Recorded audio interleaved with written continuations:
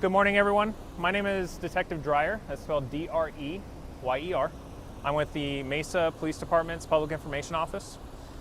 We are out here today for an officer-involved shooting that occurred. So just after 2 a.m., we responded to a call for service for a man who was possibly impaired that was trespassing on a property. The caller wanted this person trespass. When officers got on scene, they were able to locate the man inside of his vehicle. The man was immediately confrontational with officers and not listening to our directions. The man ended up fleeing from our officers. A short time later, we were able to use the grappler device to immobilize the vehicle. The man continued to not be compliant with officers' directions, even attempting to accelerate and break that grappler device. However, it remained intact and immobilized the vehicle as it's designed. Officers attempted to use less lethal munitions to gain compliance from the subject. However, he continued to not listen to the officer's directions. After a short standoff, the man fired rounds from inside of the vehicle towards officers, striking one of them. That officer received an injury and was transported to the hospital, where he is in stable condition. The officers on scene that remained on scene continued, even despite the fact that an officer was injured, continued to try to get the man to listen to directions and follow commands. Eventually, additional less lethal munitions were deployed. A short time later, after a continued standoff, officers heard a gunshot come from inside the man's vehicle, and he slumped over. A short time later, the man was pronounced dead at the scene. There were multiple officers that fired their weapons. I don't have the exact number. That's all part of the investigation. I can tell you that Gilbert Police Department will be conducting the investigation of the officer-involved shooting under EV CERT. So they would be able to answer any questions involving that portion. We will maintain, obviously, the primary investigation. And those questions would come to us.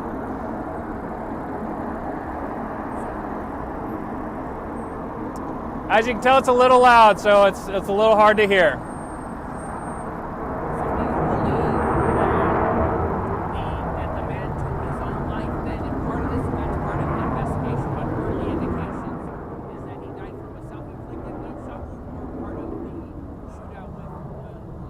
So just to clarify, you're asking if the man took his own life. You're confirming that information.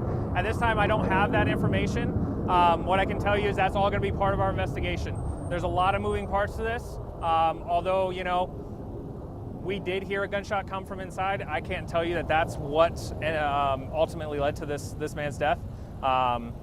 So that's just going to be part of our investigation, okay? Where was the officer shot on his body?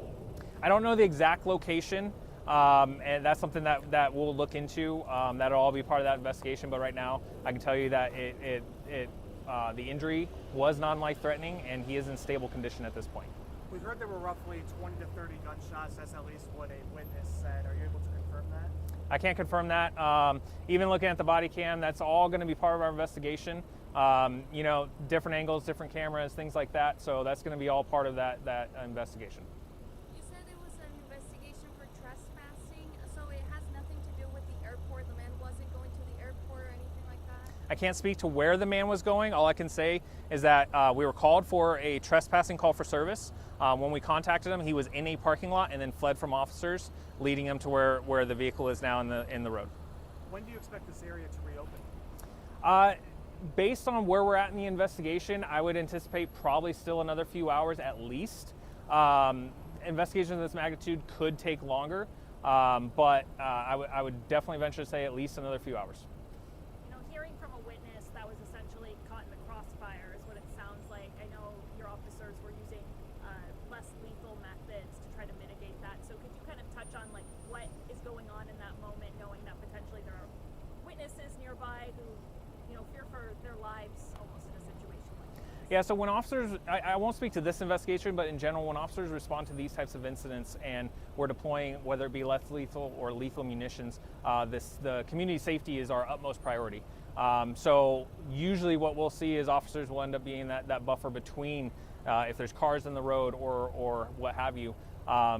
they're also taking into account, the businesses around them, potential pedestrians, things like that. So I can't speak to the specifics of this investigation, but generally speaking, officers will attempt to put themselves in that line of fire to protect those citizens. You mentioned your officer is in stable condition. Is he out of the hospital, or is he still in the hospital getting cared for? Last word I got, he was still in the hospital. I know we've had multiple officers go and check on him. Last I heard, he was still in the hospital. As a detective, I know you probably handle situations like this a lot. How tough is it knowing it's one of your own who was involved? Anytime anyone is injured by gunfire, it hits close to home. In this specific instance, like I had mentioned, officers maintained their focus on the scene. We ensured that the officer got aid, but they also were then still focused on trying to get that man to surrender peacefully. So at this time, I don't really have anything further. I will be sending out a news release, okay, that'll kind of cover all this information. Like I said, this investigation is going to be ongoing. I don't anticipate having any major update, but when we do, we'll send that out as well. Detective Dreyer. One last question. So who made contact with him initially? Was that security? Was it an officer for the airport? Do you have that information? I don't have that specific information. I know it was a caller. I don't know specifically where they were employed.